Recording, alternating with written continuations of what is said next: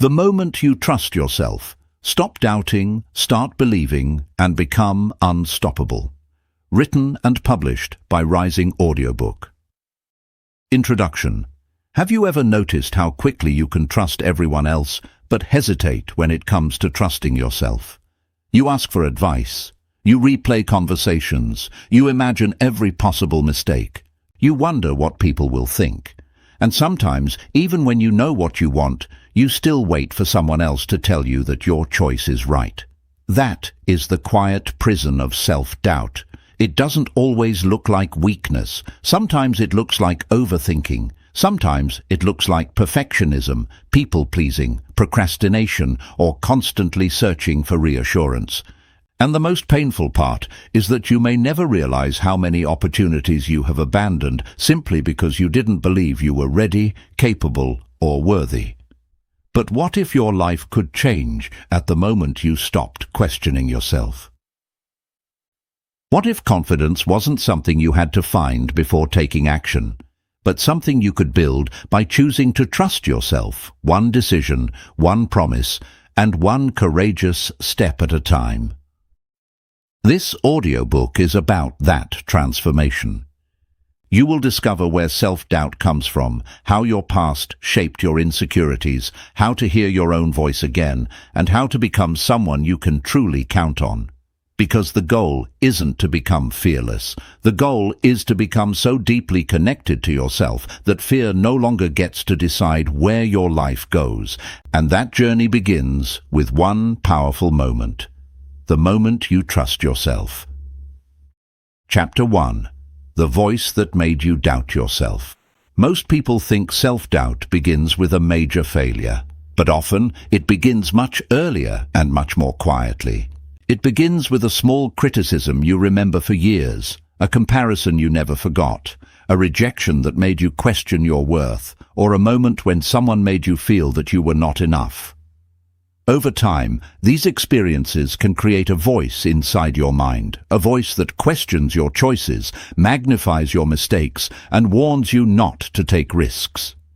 The dangerous thing about this voice is that it rarely sounds cruel. It often sounds reasonable. It tells you to wait a little longer. It tells you that you need more preparation. It tells you that someone else probably knows better. It tells you that failure would prove what you secretly fear about yourself. And because the voice sounds cautious rather than destructive, you may mistake it for wisdom. But caution and self-doubt are not the same thing. Caution asks you to consider the consequences. Self-doubt convinces you that you are incapable of handling them. Caution helps you prepare. Self-doubt keeps you waiting forever. Caution says, think carefully. Self-doubt says, you probably can't do this. Learning to recognize the difference is one of the first steps toward trusting yourself. Think about how often you have questioned a decision even after making it. You choose something and then immediately wonder whether you made the wrong choice. You accomplish something, but instead of feeling proud, you wonder whether it was simply luck. Someone compliments you, and you secretly question whether they really mean it. You make one mistake, and suddenly that mistake becomes evidence that you are not capable. This is how self-doubt grows. It takes individual moments and turns them into conclusions about your identity. You didn't simply fail at something. You became a failure. You didn't make a poor decision. You became someone who can't make good decisions. You weren't rejected by one person. You began believing that you were somehow unworthy of being chosen. That transformation is powerful and painful. Because once you begin defining yourself through your mistakes, you stop seeing mistakes as experiences.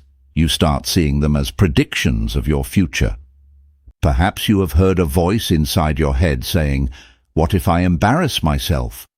What if people laugh? What if I fail? What if I'm not good enough?" Notice something about these questions. They are almost always focused on what could go wrong. Self-doubt rarely asks, "What if this works?" It rarely asks, "What if I'm more capable than I think?" It rarely asks, "What could I discover if I simply tried?" Fear has a way of presenting one side of the story and convincing you that it is the whole truth. But your thoughts are not always facts. Just because your mind says you will fail does not mean you will fail. Just because you feel unprepared does not mean you are incapable. Just because someone once criticized you does not mean their opinion defines you. And just because you made mistakes in the past does not mean you are destined to repeat them. Your inner voice deserves to be heard, but it also deserves to be examined. Ask yourself, where did this belief come from? Who taught me to think this way? Is this actually my belief, or is it something I absorbed from someone else? Am I responding to the reality in front of me, or am I reacting to an old wound? These questions can create distance between you and the voice of doubt. And that distance matters, because you are not the voice that criticizes you. You are the person who can observe it. You can hear the thought without obeying it. You can acknowledge fear without allowing fear to control your decision. You can recognize insecurity without treating insecurity as truth. This is where self-trust begins. Self-trust does not mean you will never doubt yourself again. It means you stop allowing every doubtful thought to become an instruction. There will still be moments when you feel uncertain. There will still be decisions that frighten you. There will still be people who question your choices. There will still be days when you wonder whether you are capable. But instead of immediately turning against yourself, you can pause and say, I hear the fear, but I will decide what happens next. That is a powerful shift. For years, you may have been trying to silence your inner critic. Perhaps the better goal is to become stronger than it. You don't have to fight every negative thought. You simply have to stop giving every thought authority over your life. The voice of doubt may have been with you for a long time, but it does not have to lead you forever. There is another voice within you, quieter, calmer, and more grounded. It says, I can learn, I can adapt, I can recover. I can make a mistake and still move forward. That is the voice you need to strengthen. Because the journey toward becoming unstoppable doesn't begin when you finally eliminate fear. It begins when you realize that fear can speak and you can still choose to move. Chapter 2. When you stop listening to everyone else. There comes a point in life when you realize that you have been collecting opinions instead of making decisions. You ask your friends what they think. You ask your family what they would do. You search the internet, compare yourself with strangers, and replay every piece of advice you have ever received. You gather so many voices around you that eventually you can no longer hear your own. This is one of the quietest ways self-trust disappears. The problem is not listening to other people. Advice can be valuable. Other people can see things we cannot see. Someone with experience can help us avoid unnecessary mistakes. The problem begins when advice stops being guidance and becomes permission. You start believing that you cannot move until someone else approves your direction. You want to change careers, but you need everyone to agree. You want to start a business, but you wait for someone to tell you that you are capable. You want to leave a relationship, but you keep asking whether your reasons are good enough. You want to pursue a dream, but one negative comment makes you question the entire dream. Slowly, your life becomes a committee meeting. Everyone has a voice except you. And when too many people are deciding what your life should look like, you may eventually lose touch with what you actually want. Think about the number of decisions you make based on what other people might think. What should I wear? What career should I choose? Should I accept this opportunity? Should I say no? Should I move somewhere new? Should I post this? Should I speak honestly? Should I take the risk? Behind many of these questions is another question. Will people approve? That question can control an extraordinary amount of your life. Sometimes we don't even notice it because seeking approval feels normal. We grow up learning that acceptance is important. We learn to behave in ways that make others happy. We learn to avoid disappointing people. We learn to be good, responsible, reasonable, and acceptable. But there is a difference between being considerate and abandoning yourself. Being considerate means caring about how your choices affect others. Abandoning yourself means constantly sacrificing your values, needs, and desires simply to avoid disappointing them. The difference is enormous. If you constantly adjust yourself to fit other people's expectations, eventually you may become successful at being someone everyone recognizes, but a stranger to yourself. This is why learning to trust yourself requires learning to hear yourself again. Start by creating moments of silence. Before asking someone what they think, ask yourself what you think. Before searching for advice, spend a few minutes identifying what you actually want. Before explaining your decision to everyone, understand your own reasons first. You might discover that your answer has been there all along.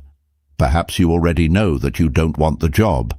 Perhaps you already know that a particular relationship is unhealthy for you. Perhaps you already know that you want to pursue something different. Perhaps you already know that you need rest, change, distance, or a new beginning.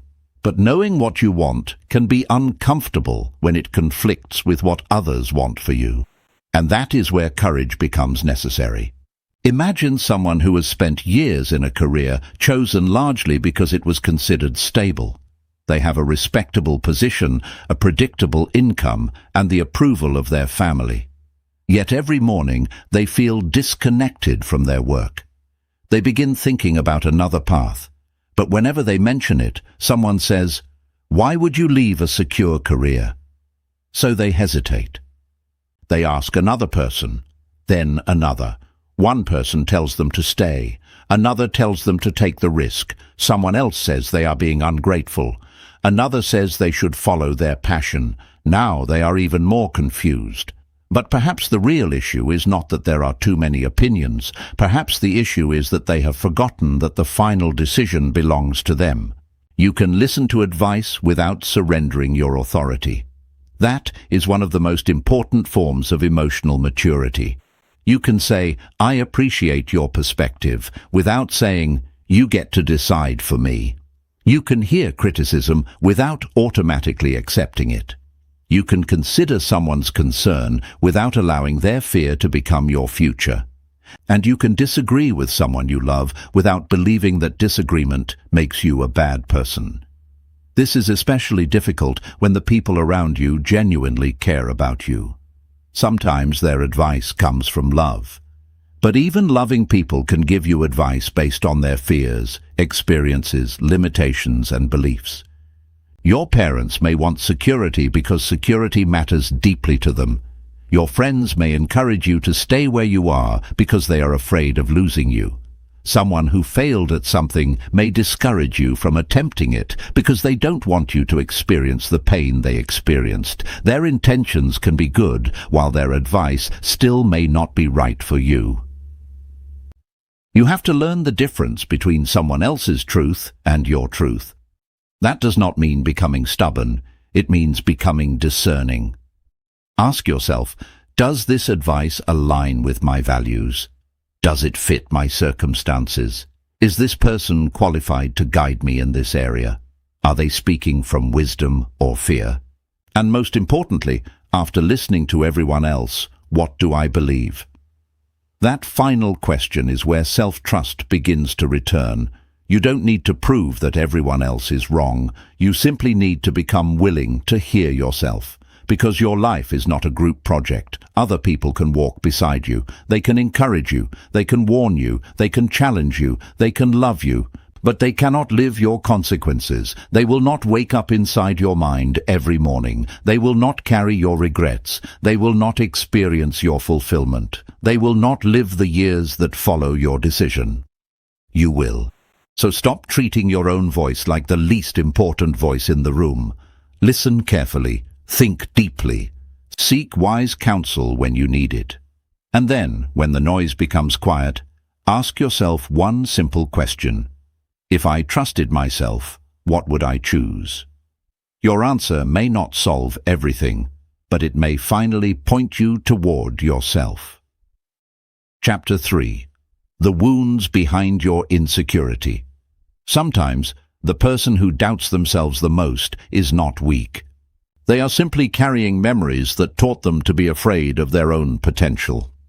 Self-doubt often has a history. It can begin with a rejection you never fully recovered from, a harsh comment someone made when you were young, a failure that embarrassed you, a relationship that made you question your worth, or years of comparing yourself with people who seem to have everything figured out. These experiences may become buried beneath everyday life, but they can continue influencing the way you see yourself. You may think you are simply not confident, but underneath that lack of confidence, there may be a wound. Perhaps someone repeatedly told you that you were not smart enough. Perhaps you were compared to someone who always seemed more successful. Perhaps you worked hard for something and still failed. Perhaps you trusted someone who betrayed you. Perhaps you expressed yourself and were laughed at. Perhaps you made one terrible decision and never stopped punishing yourself for it. The event may have ended. The belief it created may not have. This is how emotional wounds can shape identity. One painful experience becomes a conclusion. I was rejected becomes, I'm not worthy. I failed becomes, I'm incapable. They criticize me becomes, something is wrong with me. I made a bad decision becomes, I can't trust myself. The mind wants explanations. When something painful happens, it tries to understand why. Unfortunately, sometimes the explanation we create is unfair to ourselves. Instead of saying, that situation didn't work out, we say, I wasn't good enough. Instead of saying, that person treated me badly, we say, maybe I deserved it. Instead of saying, I made a mistake, we say, I always ruin everything. And once a painful belief becomes familiar, we may start looking for evidence to support it. This is why insecurity can become self-perpetuating. You expect rejection, so you become nervous around people. Because you're nervous, you don't express yourself naturally. The interaction becomes uncomfortable, and afterward you think, see, people don't like me. You expect failure, so you hesitate to take action. Because you hesitate, you miss opportunities. Then you tell yourself, see, I'm not capable. You expect criticism, so you constantly monitor yourself. You become afraid to speak, afraid to make mistakes, afraid to take risks. Eventually, you feel trapped inside a life that is smaller than your potential. The wound creates the behavior. The behavior creates the evidence, and the evidence appears to confirm the wound. Breaking that cycle requires awareness. You have to become curious about your insecurity instead of simply being ashamed of it. When you feel yourself doubting your ability, ask, what am I afraid will happen? Maybe the answer is rejection. Maybe it is embarrassment. Maybe it is failure. Maybe it is disappointing someone. Then ask an even deeper question. When have I felt this before? You may discover that today's fear is connected to yesterday's pain. This doesn't mean every insecurity comes from childhood or that every difficult experience has created permanent damage. People are complicated, and insecurity can have many causes. But understanding your personal history can help you recognize patterns that no longer deserve control over your present. Imagine someone who once failed publicly while trying to achieve something important. Everyone remembers the failure, or at least that is what the person believes. Years later, they receive another opportunity. Instead of feeling excited, they immediately think, what if it happens again? The new opportunity is not the old experience. The people involved are different. The circumstances are different, and the person is different too, but emotionally they are still standing inside the old moment. That is what unresolved insecurity can do. It takes an old chapter and keeps reading it into the present. Healing begins when you understand that your past can explain you without defining you. You are allowed to acknowledge that something hurt you. You are allowed to admit that someone's words affected you. You are allowed to recognize that a failure changed your confidence. But you do not have to turn those experiences into permanent identities. You are not the worst thing someone said about you. You are not your most embarrassing moment. You are not the relationship that ended. You are not the opportunity you lost. You are not the mistake you made when you were younger and less experienced. And you are certainly not the version of yourself that existed before you learned what you know today. There is another important distinction. Healing does not mean pretending that nothing happened. Sometimes people think self-improvement requires positive thinking at all times. They tell themselves, everything is fine, when everything is not fine. Real growth is more honest. It says, yes, that hurt me. Yes, I lost confidence. Yes, I made mistakes. But I am still here, and I can decide what these experiences mean from this point forward. That is where self-trust begins to grow. You start trusting yourself not because you have never been hurt, but because you know you can survive being hurt. You trust yourself because you know you can recover. You trust yourself because you have learned. You trust yourself because you understand that one mistake does not have the authority to predict your entire future. Your wounds may be part of your story, but they don't have to be the author of the rest of it. There was a version of you that learned to doubt. Now there can be a version of you that learns to understand, heal, and choose differently. And perhaps the most powerful thing you can do is stop asking, what is wrong with me? Instead, ask, what happened to me? What did I learn from it? And what do I choose to believe about myself now? That question opens a door. Behind it is the possibility of becoming someone who no longer runs from their past, but no longer lives inside it either. Chapter 4.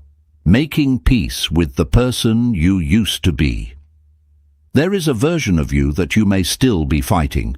It is the person who made the wrong decision, trusted the wrong person, wasted time, missed an opportunity, said something they wish they could take back, or stayed somewhere long after they knew they should leave. Maybe you remember that version of yourself with embarrassment. Maybe you look back and wonder how you could have been so blind, so afraid, so careless, or so uncertain. And perhaps, without realizing it, you have been carrying that old version of yourself into every new chapter of your life. One of the hardest parts of learning to trust yourself is learning to stop punishing yourself for who you used to be. You cannot build a peaceful future while constantly putting your past self on trial. Every mistake becomes evidence. Every failure becomes another reason to question your judgment. Every regret becomes another reminder that you should have known better. But the truth is, the person you were then did not have the knowledge, experience, perspective, or emotional strength that you have today. Think about a decision you deeply regret. Perhaps you chose a career because it pleased other people. Perhaps you stayed in a relationship that slowly diminished you. Perhaps you walked away from an opportunity because you were afraid. Perhaps you trusted someone who eventually betrayed you. Looking back now, the answer may seem obvious. You may think, how could I not see it? But hindsight has a strange power. It makes yesterday's uncertainty look like today's certainty. You know the ending now, so the beginning appears easier to understand than it actually was. The person who made that decision was operating with the information available at the time. They were trying to protect themselves, find acceptance, avoid pain, or simply figure life out. Maybe they made a poor choice. Maybe they ignored warning signs. Maybe they were afraid. But making a mistake does not mean they deserved years of punishment afterward. There is an important difference between responsibility and shame. Responsibility says, I made a mistake and I need to learn from it. Shame says, I made a mistake, therefore something is fundamentally wrong with me. Responsibility creates growth. Shame creates paralysis. Responsibility allows you to move forward with greater wisdom. Shame keeps dragging you backward, demanding that you repeatedly prove that you are sorry. You can take responsibility without becoming your own enemy. Sometimes people hold on to regret because they believe self-forgiveness means letting themselves off the hook. They think that if they stop feeling guilty, they will become careless again. But forgiveness does not mean saying the mistake was acceptable. It means accepting that the mistake happened, understanding what it taught you, and refusing to let it control every decision that comes afterward. Imagine someone who spent years avoiding opportunities because of one major failure. They started a project, invested their time and energy, and watched it collapse. Afterward, they promised themselves they would never take that kind of risk again. Years passed, and whenever another opportunity appeared, the old failure whispered, "Remember what happened last time." Eventually, the person realized something painful. The failure had lasted only one chapter, but their fear had allowed it to control the next 10. This is how the past becomes a prison. The event itself ends, but the meaning we attach to it continues. If you decide that failure means you cannot trust yourself, then every future decision becomes frightening. If you decide that rejection means you are unworthy, you may avoid relationships that could have brought genuine connection.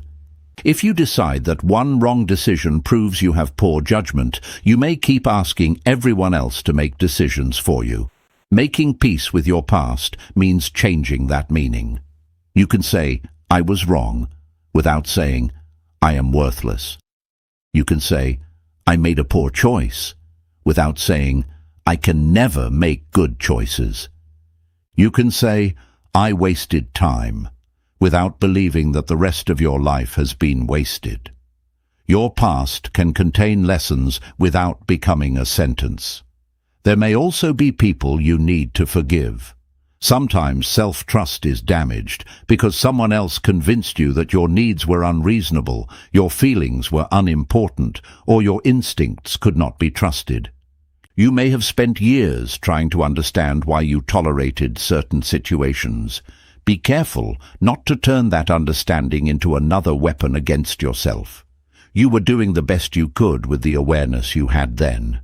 Growth often means seeing clearly what you could not see before. You do not have to hate your former self to become a better version of yourself. In fact, you may need compassion for that person. Remember the fears they carried. Remember the things they did not know. Remember the pressure they were under. Remember the moments when they were simply trying to survive emotionally. Then recognize how far you have come. Your former self deserves understanding, but your present self deserves freedom. That freedom begins when you stop using old mistakes as proof that you cannot be trusted. Trust yourself enough to believe that you have learned. Trust yourself enough to recognize patterns earlier. Trust yourself enough to make different choices now. And trust yourself enough to understand that even if you make another mistake someday, you will not be destroyed by it. You will learn again. You are allowed to outgrow your old identity. You are allowed to become wiser than you were. You are allowed to change your mind, change your direction, establish new boundaries, and create a life that looks completely different from the one you once imagined. The person you used to be helped bring you here. They may have made mistakes, but they also survived them. They carried you through difficult seasons. They learned lessons that your present self can now use. Instead of looking backward with hatred, look backward with understanding. Then turn around. Your past has already happened. Your future has not. And the space between them is where your next choice lives. Make peace with who you were so you can finally become who you are capable of being. Chapter 5. Learning to believe your own voice. Your inner voice is speaking to you more often than you realize. It speaks when something feels right, when something feels wrong, when you become excited about an opportunity, when a situation makes you uncomfortable, and when a quiet feeling tells you that you are moving in the wrong direction. But many people spend years becoming so accustomed to outside opinions that their own voice becomes almost impossible to recognize. Learning to trust yourself begins with learning to listen to yourself again. This does not mean believing every thought that enters your mind. Your mind can create fear, assumptions, exaggerations, and stories that have little connection to reality. Self-trust is not blind obedience to your emotions. It is the ability to pause, listen, think, evaluate, and then make a decision you are willing to stand behind. That distinction matters because emotional awareness and emotional impulsiveness are not the same thing. Your emotions contain information, but they do not always contain the complete truth. Fear may tell you that something is dangerous when it is simply unfamiliar.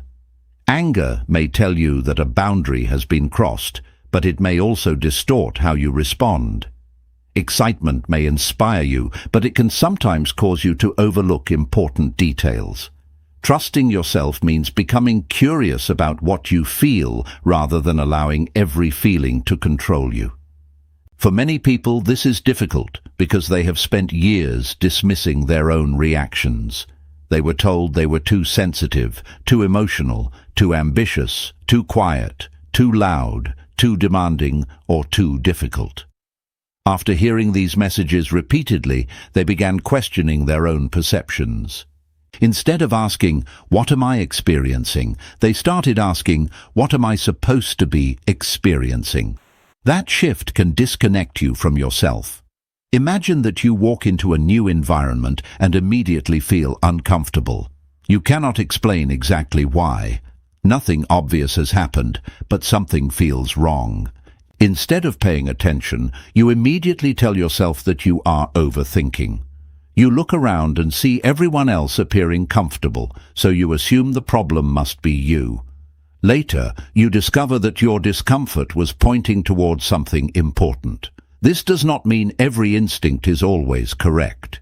It means your instinct deserves to be examined rather than automatically dismissed. Self-trust grows when you become willing to investigate your own signals. Ask yourself what you are feeling. Ask why you might be feeling it. Look at the facts. Consider the alternatives. Notice whether your reaction comes from the present moment or from an old wound. Then make your decision with as much clarity as you can. Over time, this process creates something incredibly valuable: evidence. You begin to notice that you can listen to yourself without becoming reckless. You can recognize your intuition while still checking reality. You can make a decision without needing 10 people to approve it. You can disagree with someone without immediately assuming that you must be wrong. That is how your relationship with yourself changes. Maybe you have spent years apologizing before expressing an opinion. You say, "I'm probably wrong, but..." Before speaking, you change your answer when someone challenges you. You minimize your accomplishments because you don't want to appear arrogant. You explain yourself excessively because you are afraid that someone might misunderstand you. These habits may seem harmless, but underneath them may be a belief that your voice needs permission to exist. It doesn't. You are allowed to have an opinion. You are allowed to change your mind. You are allowed to say, "This is what I believe." You are allowed to say, "I don't know yet." And you are allowed to say, "I see it differently." Self-trust does not require you to become louder than everyone else. It requires you to stop becoming smaller simply because someone else has a stronger voice. One of the most powerful exercises is to make small decisions without immediately asking for outside validation. Choose what you want to read. Decide how you want to spend an afternoon. Pick an activity because it genuinely interests you. Express an honest preference. Make a small commitment and follow through. These decisions may seem insignificant, but they teach your mind an important lesson. Your preferences matter, your judgment matters, and you can survive making choices without constant reassurance. The goal is not to isolate yourself from other people's wisdom. Strong self-trust actually makes it easier to receive advice. When you trust yourself, advice becomes information rather than authority. You can listen without surrendering your judgment. You can accept helpful criticism without collapsing under it. You can reject advice without feeling guilty. You can learn from others while remaining connected to your own values. That is emotional independence. Many people confuse self-trust with always knowing exactly what to do. But sometimes trusting yourself means admitting that you don't know. You can say, "I need more information." You can say, "I'm confused." You can say, "I made the wrong call." A person who trusts themselves does not need to pretend to be certain. They simply know they can handle uncertainty without abandoning themselves. This is especially important when you make mistakes. If every mistake becomes proof that your judgment cannot be trusted, you will become terrified of deciding anything. But mistakes are part of developing judgment. You learn what works by trying, observing, adjusting, and trying again. Every experience can become information. Your own voice becomes clearer through use. The more honestly you listen to yourself, the easier it becomes to recognize what matters to you. The more consistently you act according to your values, the stronger your identity becomes. And the stronger your identity becomes, the less dependent you become on other people's approval. Eventually, you begin to experience a quiet confidence that doesn't need to announce itself. You don't need everyone to understand your decision. You don't need everyone to agree with your boundaries. You don't need everyone to believe in your dream before you begin. You can listen, reflect, and choose. That is the moment when your inner voice stops being something you doubt and becomes something you respect. Trusting yourself does not mean believing that you are always right. It means believing that you are capable of thinking, learning, adjusting, and growing. It means knowing that even when your judgment is imperfect, you are not powerless. Chapter 6. Keeping the promises you make to yourself. Self-trust is not built in one dramatic moment. It is built quietly, through the small promises you make to yourself when nobody else is watching. Every time you say you will do something and follow through, you strengthen the relationship you have with yourself. Every time you repeatedly make a promise and abandon it, you teach yourself a different lesson, that your own words cannot always be trusted. This is why keeping promises to yourself is one of the most powerful ways to rebuild confidence from within. Think about the promises you have made over the years. You may have promised yourself that you would wake up earlier, exercise regularly, read more, stop procrastinating, spend less time scrolling, finish an important project, speak up for yourself, or finally pursue something you have been postponing. In the beginning, the intention feels powerful. You imagine the person you are going to become. But then motivation fades. Distractions appear, discomfort arrives, and the promise quietly disappears. Eventually, you make the same promise again and again. Each time, a small part of your confidence may weaken. The problem is not that you failed to become perfect. The problem is that you started teaching yourself not to take your own commitments seriously. When you repeatedly tell yourself, "Tomorrow I will start," but tomorrow keeps becoming another day, your mind notices. When you say, "I will stop allowing people to treat me this way," and then continue accepting the same behavior, your mind notices. When you promise yourself that you will pursue a meaningful goal but repeatedly choose temporary comfort instead, your mind notices. Self-trust is built from these patterns because your brain learns from your behavior more powerfully than from your intentions. This is why positive thinking alone cannot create deep confidence. You can tell yourself that you are capable all day, but if your actions constantly contradict that belief, a deeper part of you will remain unconvinced. Real confidence comes from evidence. You become confident because you have experienced yourself taking action, following through, surviving discomfort, and doing what you said you would do. That evidence does not have to come from enormous achievements. In fact, some of the strongest evidence begins with very small commitments. Tell yourself you will take a 10-minute walk, and take it. Tell yourself you will spend 20 minutes working on an important goal and do it. Tell yourself you will put your phone away while completing a task and keep that promise.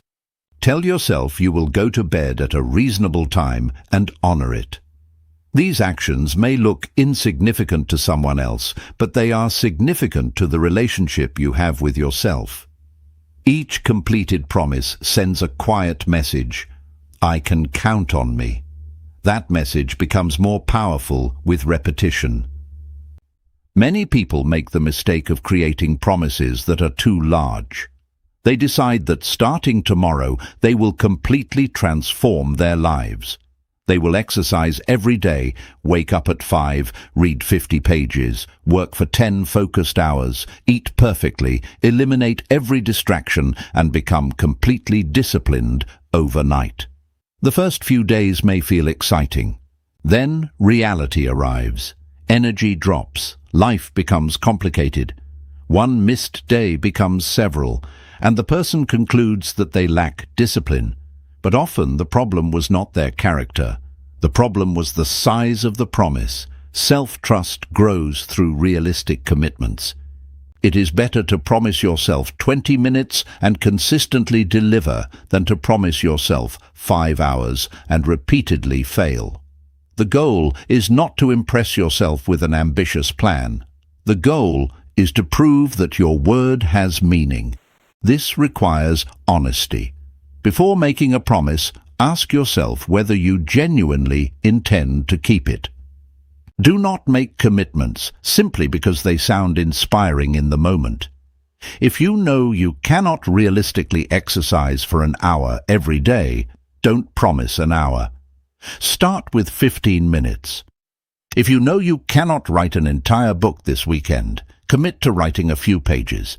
If you know you cannot completely change your life in 1 month, choose one behavior that you can consistently improve. Small promises create large identities. A person who repeatedly keeps small commitments begins to see themselves differently. They stop thinking, I'm someone who always procrastinates. They begin thinking, I'm someone who follows through. They stop thinking, I have no discipline. They begin thinking, I can do difficult things even when I don't feel motivated.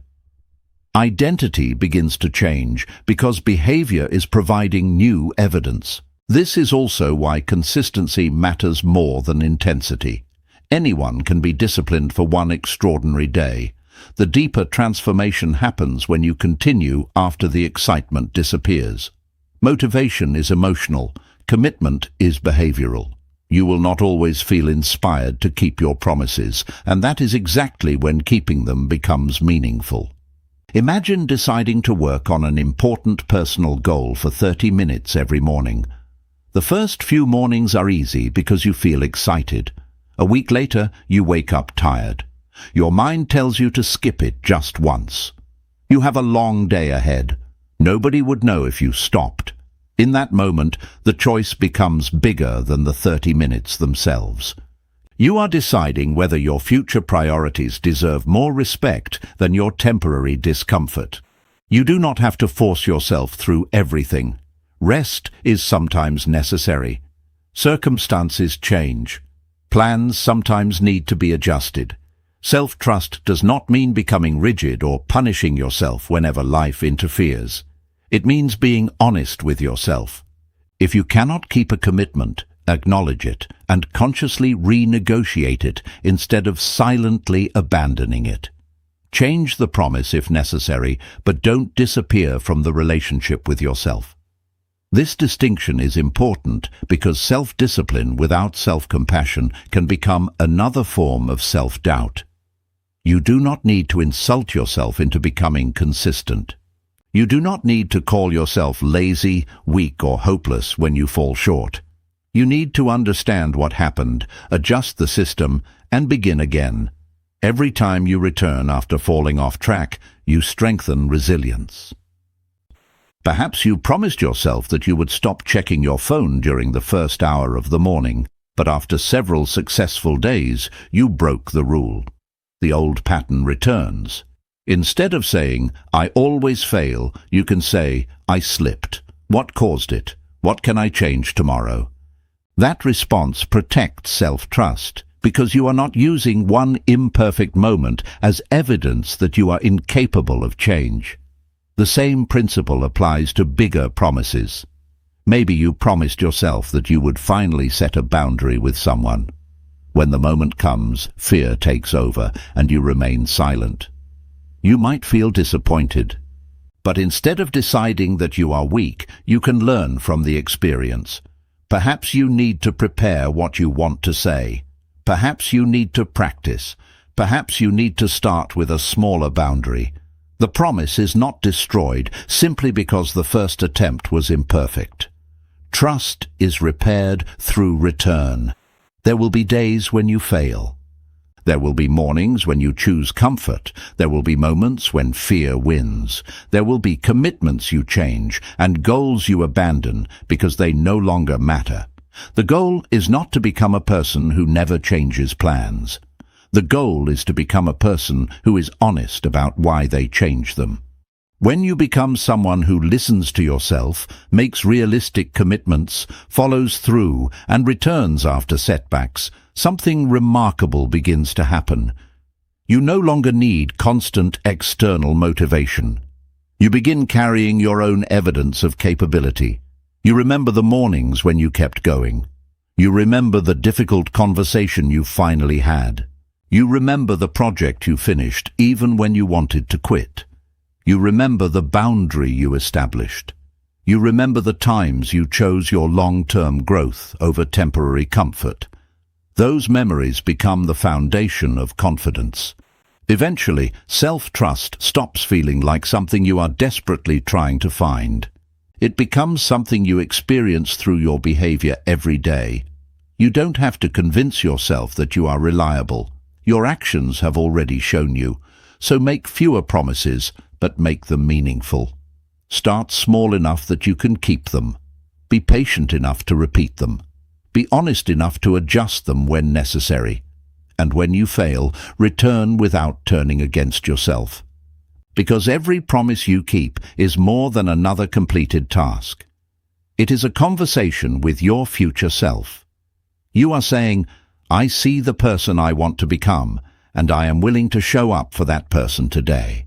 And eventually, that person begins to believe you. Chapter 7. Trusting yourself. When you don't have all the answers. One of the biggest obstacles to self-trust is the belief that you need certainty before you can move forward. You want to know that the decision will work, that the opportunity will succeed, that the relationship will last, that the path will lead somewhere worthwhile. You want guarantees before you take the first step. But life rarely offers guarantees. Sometimes you have to choose a direction while still carrying questions you cannot answer. This is where genuine self-trust begins. Trusting yourself does not mean knowing exactly what will happen. It means believing that you can respond to whatever happens. That distinction can change the way you approach almost every difficult decision in your life. Instead of asking, how can I make sure nothing goes wrong? You begin asking, if something does go wrong, can I handle it? The first question demands certainty. The second builds resilience. Think about how often uncertainty has stopped you. Maybe you have wanted to change careers but kept waiting for the perfect opportunity. Maybe you have considered moving to a new place but worried about whether you would succeed there. Perhaps you have wanted to start a business, end an unhealthy relationship, return to school, or pursue a dream. But you keep telling yourself that you need more information before making a decision. Sometimes more information is genuinely necessary. But sometimes I need more information is simply fear wearing a professional disguise. You can spend years researching a decision that ultimately requires courage rather than more research. The desire for certainty is understandable because uncertainty feels threatening. Your mind wants to protect you from regret. It imagines every possible negative outcome and tries to eliminate risk before you act. But when you attempt to eliminate every possible risk, you may also eliminate every meaningful opportunity. Growth requires uncertainty. Every important step contains something you cannot predict. You cannot know exactly how a new job will affect your life before you take it. You cannot know exactly how a relationship will develop before allowing yourself to become vulnerable. You cannot know whether a business idea will succeed before testing it. You cannot know what kind of person you will become after taking a difficult path. You learn by moving. This is why self-trust is more powerful than certainty. Certainty says, I need to know that this will work. Self-trust says, I will give this my best judgment, and if reality teaches me something different, I will adapt. That mindset allows you to move without pretending that you know everything. Consider someone who receives 2 career opportunities. One is familiar and comfortable, the other offers greater growth but comes with uncertainty. They spend weeks asking friends, family members, colleagues and strangers what they should do. Each person has a different opinion. One says security matters most. Another says growth matters more. Someone else warns them that the new opportunity could fail.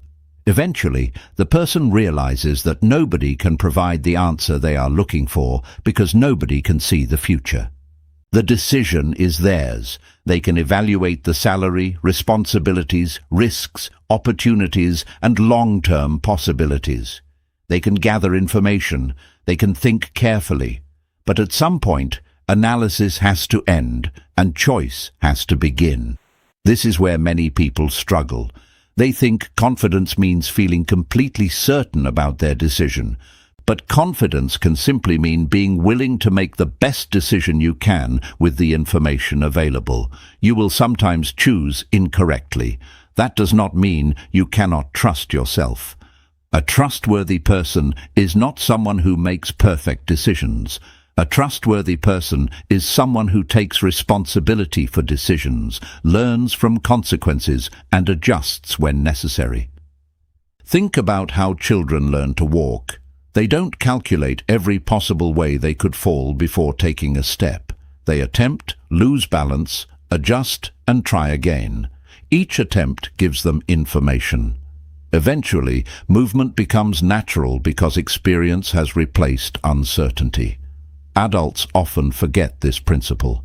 We want to know the outcome before beginning the process. But you cannot think your way into every answer. Sometimes the answer only becomes visible after you move. This does not mean acting recklessly. Self-trust should never become an excuse for ignoring facts or taking unnecessary risks. It means accepting that responsible decisions can still have uncertain outcomes. You can research carefully, seek advice, consider consequences, and still recognize that no decision comes with absolute protection. There is strength in saying, I don't know what will happen, but I know I can handle what happens next. That sentence changes your relationship with fear. Fear often says, what if everything goes wrong? Self-trust responds, then I will deal with it. Fear says, what if you regret this? Self-trust responds, if I do, I will learn from it. Fear says, what if you're not ready? Self-trust responds, I can learn what I need along the way. This is how uncertainty becomes less powerful. You stop demanding that life guarantee your safety before you participate in it. And perhaps the most important part is learning to trust your ability to recover. Many people are not actually afraid of making the wrong decision. They are afraid that one wrong decision will destroy everything. They imagine failure as permanent. But most failures are not final. You can change direction. You can start again. You can apologize. You can learn. You can rebuild. You can try another strategy. You can walk away. You can begin again with more wisdom than you had before. Your ability to recover is part of your strength. When you understand this, uncertainty no longer feels like proof that you should stop. It becomes part of the journey. You don't need to know every step. You need to know the next honest step. You don't need to have the entire future figured out. You need enough courage to make today's decision with integrity. You don't need a guarantee that everything will work. You need faith that you can respond intelligently when things don't. That is what it means to trust yourself in uncertainty. Life will continue to surprise you. Some surprises will be beautiful, others will hurt. Some choices will open doors you never expected. Others will teach you lessons you never wanted. But you do not have to predict every outcome to move forward. You only need to remember this. You may not always know what is coming, but you can trust yourself to meet it. And sometimes that is more powerful than certainty could ever be. Chapter 8. The courage to choose yourself. Choosing yourself sounds simple until it requires you to disappoint someone. It sounds empowering until saying yes to your own needs means saying no to someone else's expectations. It sounds obvious until you have spent years believing that being a good person means being available, agreeable, understanding, and endlessly accommodating. For many people, choosing themselves is not difficult because they do not know what they want. It is difficult because they are afraid of what might happen when they finally honor it. Self-trust becomes real when your actions begin to reflect your own values. You can tell yourself that you matter, that your needs are important, and that you deserve respect. But eventually, life will place you in situations where you have to prove those beliefs through a decision. You will have to say no, you will have to walk away, you will have to disappoint someone, you will have to stop explaining yourself, you will have to choose what is healthy for you even when someone else does not understand. That is where courage begins. Many people confuse choosing themselves with being selfish. They believe that if they prioritize their own well-being, they are ignoring everyone else. But selfishness and self-respect are not the same thing. Selfishness says, "Only my needs matter." Self-respect says, "My needs matter too." Choosing yourself does not require you to stop caring about other people. It simply means you stop treating yourself as though your needs should always come last. Consider someone who constantly agrees to help everyone. They answer every call, accept every request, solve everyone else's problems, and rarely say no. From the outside, they may appear generous and dependable. But privately, they are exhausted, they feel resentful, they have little time for their own goals. Yet whenever they consider setting a boundary, guilt appears. They think, what if they think I'm selfish? What if they get upset? What if they stop liking me? So they say yes again. This pattern can continue for years until the person realizes something painful. They have been protecting other people's comfort by sacrificing their own peace. That is not sustainable. A boundary is not a punishment. It is a statement about what you will and will not participate in. Saying, "I can't do that," does not mean the other person is bad. Saying, "I need some time alone," does not mean you don't care. Saying, "I won't accept being spoken to that way," does not mean you are creating unnecessary conflict. Sometimes a boundary is simply the honest expression of self-respect. The difficulty is that boundaries can feel uncomfortable when you are accustomed to approval. If you have spent years measuring your worth by how happy you make other people, their disappointment can feel like rejection. You may interpret someone's frustration as evidence that you did something wrong. But another person's disappointment does not automatically mean you made a bad decision. People are allowed to dislike your boundaries. They are allowed to disagree with your choices. They are allowed to have feelings about your decisions, and you are allowed to make choices anyway. This is one of the hardest lessons of emotional independence. You cannot control how people feel about your healthy decisions. You can communicate respectfully. You can explain when explanation is useful. You can be considerate. But you cannot guarantee that everyone will understand you. If your self-trust depends on universal approval, you will always be vulnerable to other people's reactions. Sometimes choosing yourself means accepting that someone will misunderstand you. Maybe you leave a friendship that has become consistently disrespectful. Maybe you stop participating in conversations that always leave you emotionally drained. Maybe you decline an opportunity because it conflicts with your values. Maybe you choose rest instead of constantly proving your productivity. Maybe you stop chasing someone who repeatedly shows you that they do not want to meet you halfway. These choices can hurt. Choosing yourself does not always feel powerful in the beginning. Sometimes it feels lonely. Sometimes it feels selfish. Sometimes it feels frightening because the old version of you was easier for everyone else to understand. But discomfort does not mean you made the wrong decision. Growth often feels uncomfortable because you are breaking a familiar pattern. Imagine someone who has been in a relationship where they constantly silence their opinions to avoid arguments. Over time, they become so used to keeping the peace that they no longer know what they genuinely want. Eventually, they begin speaking honestly.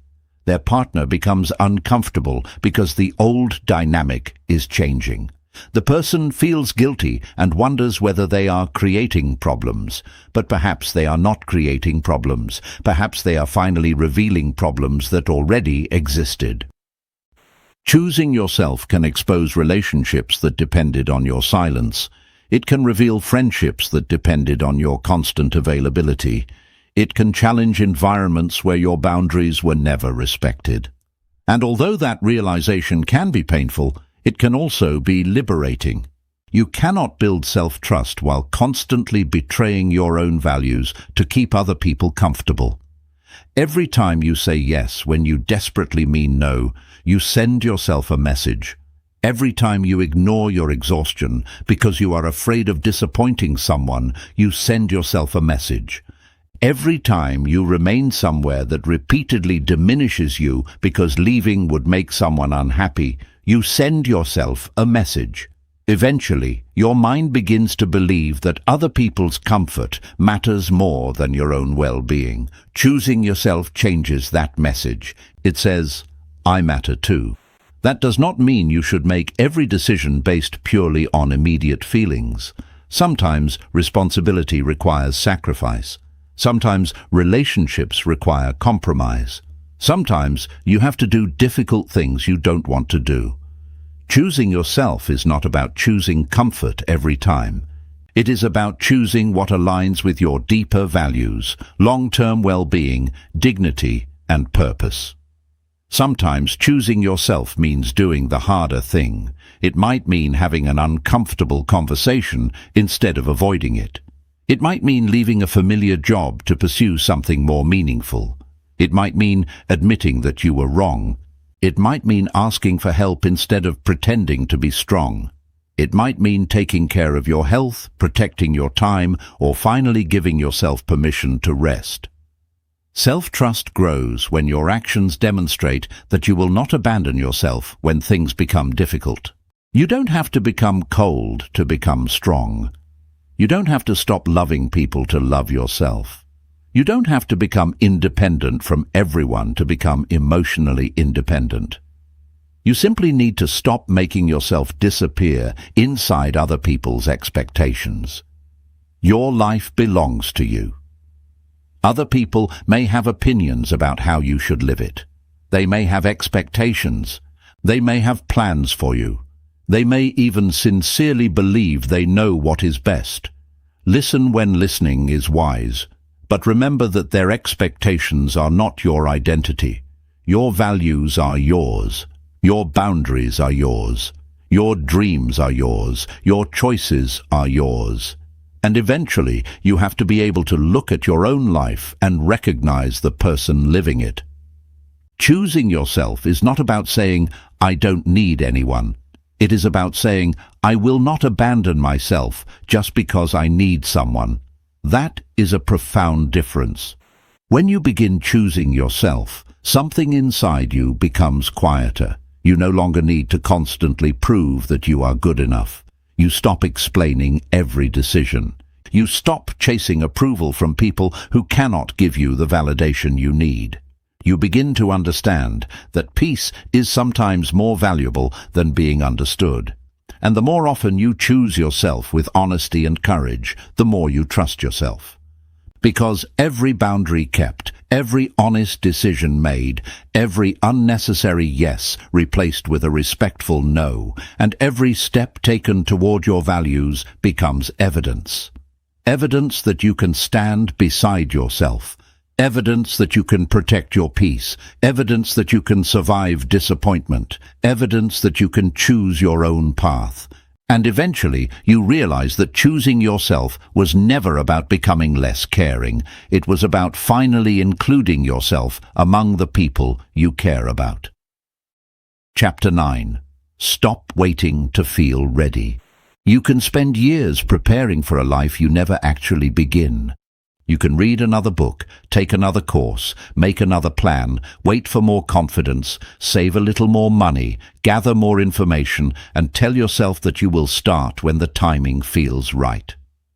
Preparation can be valuable, but there is a point where preparation quietly becomes avoidance.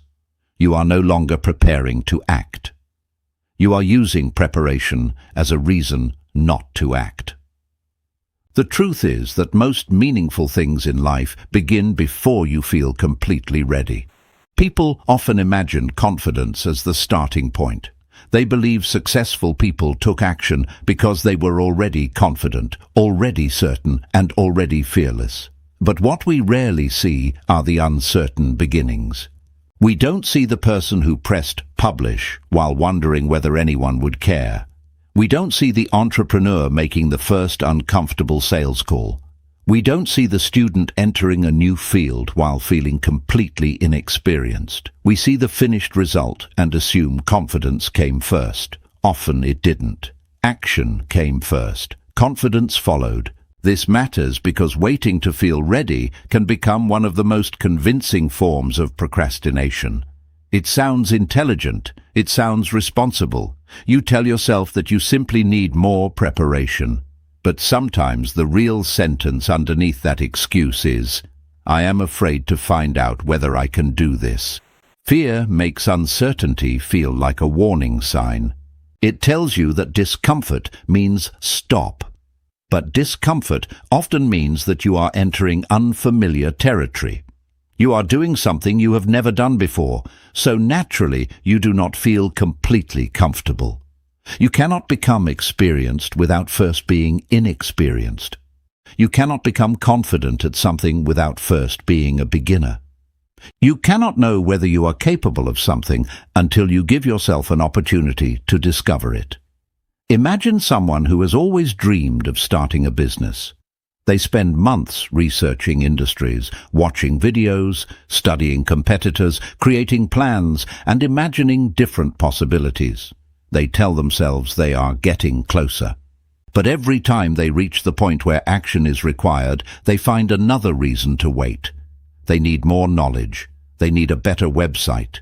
They need more confidence. They need the perfect idea. Eventually they realize that they have been preparing to begin for so long that they have forgotten what beginning actually requires. It requires imperfection. The first version may be awkward. The first attempt may fail. The first conversation may be uncomfortable. The first piece of work may not be impressive. That is not evidence that you should stop. It is evidence that you are at the beginning. Your first attempt is not supposed to look like your 100th attempt. This principle applies far beyond careers and business. Maybe you want to start exercising, improve your communication, write a book, learn a language, make new friends, apply for a position, or finally express something you have been keeping inside. In each case, your mind may demand confidence before action, but confidence is often created by action. You take one small step, survive the discomfort, and discover that you are capable of taking another. You make a mistake and realize you can recover. You try again and become slightly better. Eventually, your mind has evidence that contradicts the fear. That is how confidence grows, Not through endless thinking, through experience. This does not mean you should rush into every opportunity without preparation. Being prepared is valuable. The goal is not to eliminate preparation, but to recognize when preparation has become an excuse. Ask yourself, what specific information am I missing? If the answer is clear, go get it. But if the answer is simply, I want to feel more confident, then action may be the missing piece. You may never feel ready in the way you imagine. You may still feel nervous. You may still question yourself. You may still wonder whether you're making the right decision, and you can move anyway. Courage is not the absence of uncertainty. Courage is the willingness to act while uncertainty is present. One of the most effective ways to overcome the need to feel ready is to make the next step smaller. Don't ask yourself how you will accomplish the entire goal. Ask what you can do today. If you want to write a book, write 1 page. If you want to start exercising, move for 10 minutes. If you want to apply for a new job, submit 1 application. If you want to build a business, speak to 1 potential customer. If you want to become more confident socially, start 1 conversation. Small action reduces the emotional weight of the goal, and once you begin, momentum can take over. Another important lesson is that fear does not always disappear after you start. Sometimes you act while afraid and continue feeling afraid. That does not mean the action failed. It means you are learning to coexist with uncertainty instead of allowing it to control you. You may discover that the thing you feared was not as terrible as you imagined, or you may discover that it was difficult. Either way, you gain something valuable: information. Action teaches you what thinking cannot. You learn what works. You learn what doesn't. You discover your strengths. You discover your weaknesses. You adjust. You grow. And with every experience, you become more capable of trusting yourself. This is why waiting for perfection is so dangerous. Perfection has no finish line. There will always be another skill to learn, another improvement to make, another reason to wait. If you make readiness a requirement for action, you can postpone your life indefinitely. At some point, you have to choose between protecting yourself from possible failure and giving yourself the possibility of success.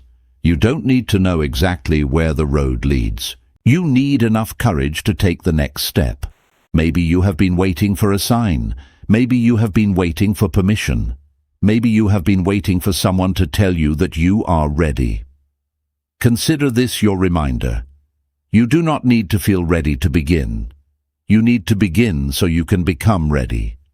The person you want to become is not waiting somewhere in the future for you to magically transform. That person is built through today's choices, today's discomfort, today's imperfect attempts, and today's willingness to move. So take the step, send the message, make the call, start the project, set the boundary, apply for the opportunity, speak the truth, try again, let yourself be a beginner. Because one day you may look back at the moment you finally stopped waiting and realize that confidence was never waiting for you at the finish line. It was being created with every step you were brave enough to take. Chapter 10. Becoming someone you can count on. The strongest form of confidence is not believing that you will always succeed. It is knowing that you will not abandon yourself when things become difficult. Life will eventually test your patience, discipline, courage, and emotional strength. There will be mornings when motivation disappears, decisions that frighten you, setbacks that disappoint you, and moments when you question whether you can continue. Becoming someone you can count on means learning that difficult moments do not have to turn you against yourself. Self-trust becomes powerful when it moves beyond thoughts and becomes an identity.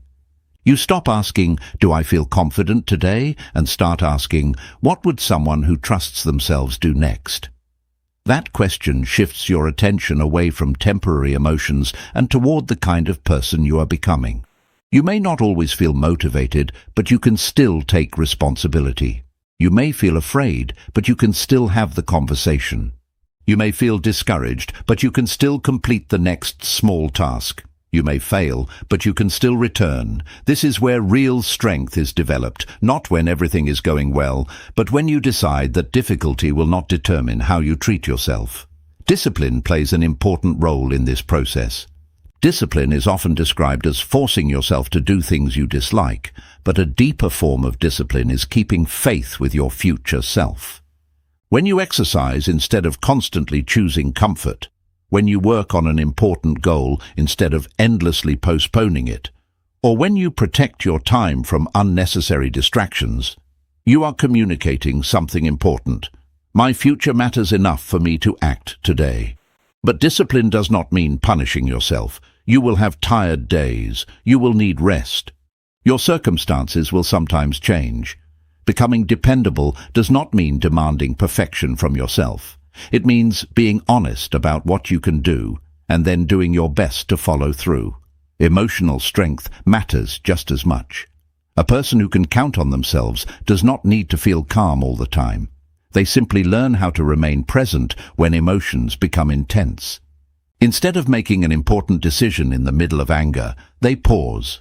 Instead of allowing rejection to define their worth, they process the pain. Instead of running from disappointment, they allow themselves to feel it and then ask what comes next. This ability to remain with yourself during difficult emotions is a powerful form of self-respect. Think about how differently life feels when you know you will not collapse every time something goes wrong. A rejection may hurt, but you know you can recover. A mistake may disappoint you, but you know you can learn. A setback may slow you down, but you know you can begin again. You stop treating every obstacle as evidence that you should quit. That is resilience. Resilience does not mean becoming emotionally numb. It means becoming flexible enough to bend without permanently breaking. You can acknowledge that something hurts without deciding that your entire future is ruined. You can admit that you are disappointed without giving up on yourself. The person you can count on is also someone who takes responsibility. Instead of blaming everyone else, they ask, "What part of this belongs to me?" This question is not about carrying unnecessary guilt. It is about recognizing your power. If you can identify something you can change, you have something you can work with. Maybe you handled a conversation poorly. Learn from it. Maybe you procrastinated. Understand why. Maybe you trusted someone you should not have trusted. Examine the warning signs you missed. Maybe you made a decision that didn't work. Use the experience to make a wiser decision next time. Responsibility transforms mistakes into information, and every time you respond to a mistake with learning rather than self-destruction, you strengthen your relationship with yourself. Eventually, you begin to understand that becoming someone you can count on is not about becoming perfect. It is about becoming reliable in the ways that matter. You show up when you say you will. You protect your values when pressure appears. You speak honestly. You respect your boundaries. You take care of yourself. You keep moving when the path becomes difficult. Most importantly, you stop abandoning yourself when you make mistakes. The person you can count on is not someone who never falls. It is someone who knows how to get back up. This changes the way you approach the future. You no longer need to guarantee that everything will go perfectly before taking a risk. You can move forward because you trust your ability to respond. You know that even if the outcome is different from what you expected, you will still have yourself. That is a kind of freedom. Your confidence no longer depends entirely on circumstances. It comes from knowing that your character will travel with you wherever life takes you. So keep showing up. Keep your promises. Learn from your mistakes. Rest when you need to. Begin again when you fall behind. Speak to yourself with honesty instead of cruelty. Make decisions that respect the person you want to become. Little by little, you will become someone your own mind no longer needs to question. Someone who can be trusted. Someone who can recover. Someone who can keep going. Someone you can count on. And when you finally know that you will stand beside yourself through both success and failure, you will discover a confidence deeper than motivation, a confidence that cannot easily be taken away. Chapter 11. The moment you finally trust yourself. The moment you finally trust yourself may not arrive with applause, certainty, or some dramatic transformation. It may happen quietly, in the middle of an ordinary decision, when you realize that you are no longer looking around for someone else to tell you what to do. You pause, listen to yourself, consider what matters, and make your choice. Fear may still be present, but it is no longer in control. For the first time, you understand that trusting yourself does not mean knowing everything. It means believing that you can handle whatever comes next. For years, you may have believed that confidence would arrive after you became successful. You thought you would trust yourself once you had achieved enough, learned enough, earned enough, or received enough approval. But self-trust does not work that way. It is not a reward that appears at the end of achievement. It is a relationship you build while walking through uncertainty. The turning point comes when you stop demanding proof that you are worthy of trusting yourself and begin creating that proof through your choices. Think about the person you were at the beginning of this journey. Maybe you questioned almost everything. You replayed conversations. You worried about disappointing people. You asked for reassurance. You avoided difficult decisions because you were afraid of choosing incorrectly. You carried old mistakes like permanent evidence against yourself. You waited to feel ready before taking action. You allowed other people's opinions to become louder than your own. But something has changed. You have started listening to yourself. You have examined the wounds behind your insecurity. You have made peace with your past. You have practiced keeping promises to yourself. You have learned that uncertainty does not mean you are incapable. You have discovered that choosing yourself does not make you selfish. You have taken action before feeling completely ready. And through all of those experiences, you have collected something more valuable than motivation. You have collected evidence. Evidence that you can make decisions. Evidence that you can survive mistakes. Evidence that you can set boundaries. Evidence that you can recover from disappointment. Evidence that you can keep going. That evidence becomes the foundation of self-trust. Imagine standing in front of a decision that would once have overwhelmed you. You still feel nervous. You still understand the risks. You still know that there is no guarantee everything will work out. But instead of immediately calling someone and asking what you should do, you sit quietly and think. You consider the facts. You consider your values. You consider what you want. You listen to your intuition. Then you make a decision. Afterward, you don't spend hours wondering whether everyone else would have chosen differently. You simply say, "This is my choice, and I will take responsibility for it." That is the moment. Not because you suddenly became fearless, not because you discovered a perfect answer, but because you finally understood that you can trust yourself even when the answer is uncertain. This is what many people misunderstand about confidence. They think confidence means being convinced that everything will work. Real confidence is often much quieter. It says, "I don't know exactly what will happen, but I trust myself to respond." That belief changes everything. Failure becomes less terrifying because you no longer see failure as proof that you are incapable. Rejection becomes painful but survivable. Criticism becomes information rather than a definition of your worth. Uncertainty becomes something you can navigate instead of something that automatically stops you. You become less dependent on approval because your relationship with yourself becomes stronger. Of course, you will still have moments of doubt. Do not expect this journey to make you permanently immune to insecurity. Even confident people question themselves. Even strong people become afraid.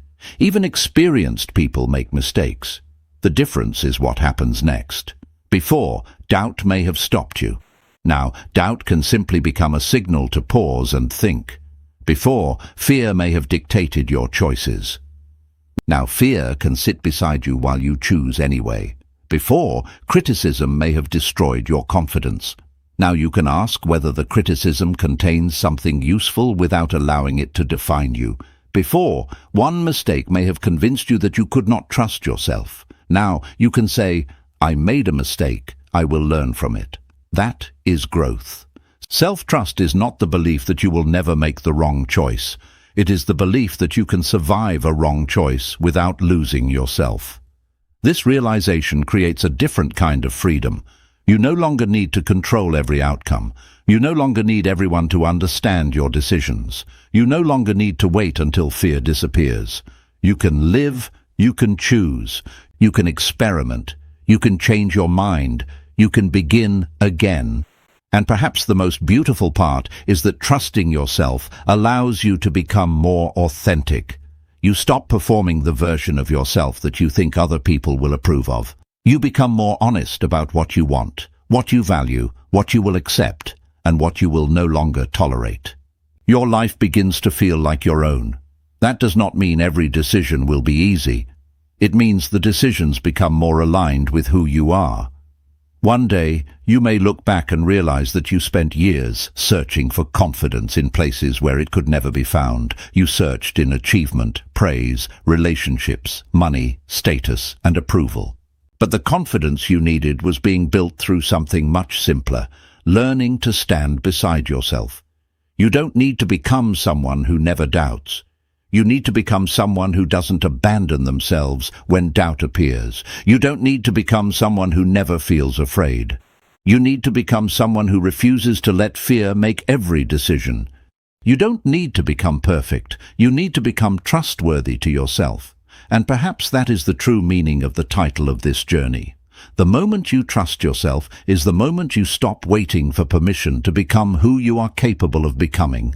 From that moment forward, you may still stumble, you may still change direction, you may still encounter uncertainty, but you will carry something with you that you did not have before. You will carry yourself, and this time you will know that you can count on you. Chapter 12. Become unstoppable. Becoming unstoppable does not mean becoming a person who never fails, never feels afraid, or never experiences doubt. It means becoming someone who refuses to permanently abandon themselves. Life will still challenge you. People will still disappoint you. Plans will still fail. Unexpected obstacles will still appear. The difference is that you no longer interpret every difficulty as a reason to stop. You have learned that setbacks can slow you down without having the power to define where your life ultimately goes. You have spent this journey learning how self-doubt can shape your choices, how old wounds can influence your confidence, and how easily other people's opinions can become louder than your own voice. You learned to make peace with the person you used to be. You learned that self-trust grows through the promises you keep, the boundaries you protect, the decisions you make, and the actions you take, even when you do not feel completely ready. Now, all of those lessons come together into one powerful realization. Your greatest source of strength is not the absence of obstacles. It is your willingness to keep moving through them. An unstoppable person is not someone who always knows what to do. They are someone who knows how to keep learning.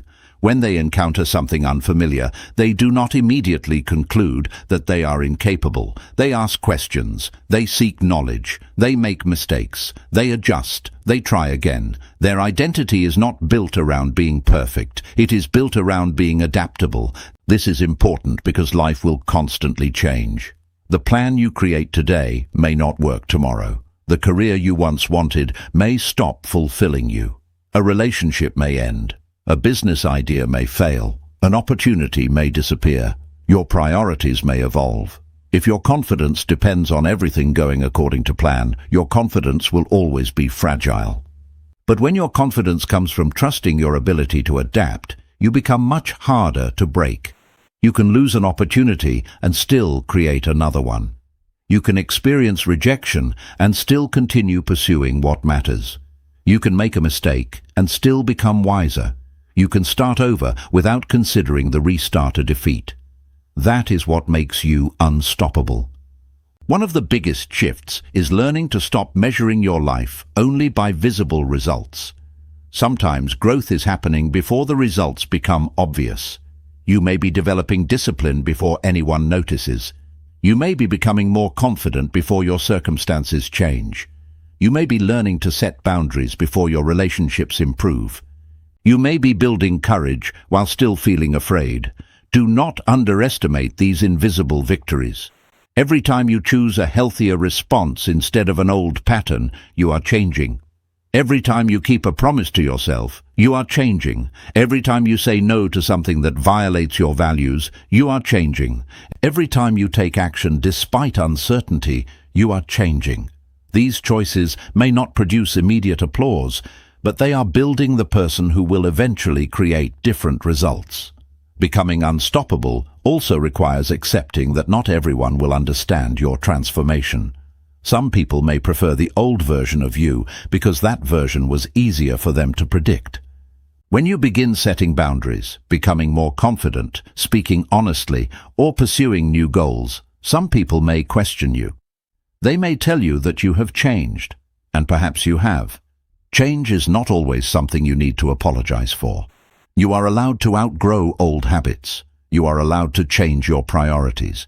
You are allowed to become more selective about where you spend your energy. You are allowed to pursue goals that once seemed impossible. You are allowed to become a different person from the one others remember. The important thing is that the change comes from greater awareness rather than from a desire to prove your worth. You do not need to become extraordinary to deserve respect. You do not need to become successful to deserve confidence. Your achievements can be meaningful, but they should not determine whether you believe you are worthy. The strongest foundation is internal. When you trust yourself, achievement becomes an expression of your potential rather than a desperate attempt to prove that you matter. This also changes how you respond to failure. Instead of asking, "What does this say about me?" you begin asking, "What can this teach me?" Instead of treating a setback as an identity, you treat it as information. That question gives you power because it moves your attention from shame to possibility. Perhaps the most unstoppable person is not the one who never gets knocked down. It is the person who refuses to let being knocked down become the final chapter. You may have to start again. Start again. You may have to change direction. Change direction. You may discover that the dream you once pursued is no longer the dream you want. Let it go and choose again. Self-trust gives you permission to evolve. You are not required to remain loyal to an old version of yourself simply because you once made a promise to become that person. Growth means discovering new truths and allowing those truths to influence your path. As you move forward, remember that becoming unstoppable is not a permanent emotional state. Some days you will feel powerful. Other days you will feel exhausted. Some mornings you will wake up certain about your direction. Other mornings you will question everything. That is normal. You don't have to feel unstoppable every day. You only have to keep becoming someone who does not give up on themselves. When motivation disappears, return to your values. When fear appears, return to the next step. When failure happens, return to the lesson. When criticism hurts, return to your own judgment. When you feel lost, return to what matters most. And when you forget how far you've come, look backward, not to punish yourself, but to remember. Remember the person who used to doubt every decision. Remember the person who needed everyone's approval. Remember the person who carried old mistakes like permanent scars. Remember the person who waited to feel ready. Then recognize that you are no longer exactly that person. You have learned, you have changed, you have survived, you have become stronger. And now you have a choice. You can continue waiting for certainty, approval, perfect circumstances, and complete confidence. Or you can trust yourself enough to move forward while some questions remain unanswered. Choose movement, choose courage, choose growth, choose yourself. Because the ultimate goal was never to become a person who is impossible to defeat. The goal was to become a person who knows how to rise whenever life knocks them down. That is what it means to become unstoppable. Not because nothing can break your plans, but because nothing can permanently break your belief that you can begin again. And when you finally trust yourself, you no longer need the world to guarantee that everything will be okay. You become the person who says, "Whatever happens, I will face it. Whatever I learn, I will grow from it. Wherever I fall, I will find a way to rise again." That is your power. That is your freedom. And that is the moment your life stops being controlled by doubt and starts being directed by you. You have reached the end of this journey, but the real transformation begins after these words end. You have learned that self-doubt is not always the truth. You have explored the wounds that shaped your insecurity, made peace with the person you used to be, and learned to listen to your own voice again. You discovered that self-trust is built through action, by keeping promises, making difficult decisions, setting boundaries, moving before you feel ready, and refusing to abandon yourself when life becomes difficult. But remember this: trusting yourself does not mean you will never be afraid again. It means fear no longer gets the final word. You will still face uncertain decisions. You will still make mistakes. You will still experience rejection, disappointment, and moments when you question your direction.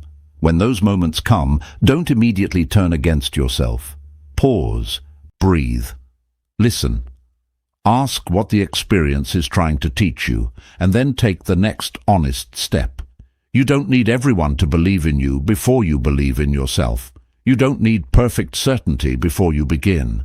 You don't need permission to become the person you are capable of becoming. Start with one promise, one decision, one boundary, one courageous action, then keep going.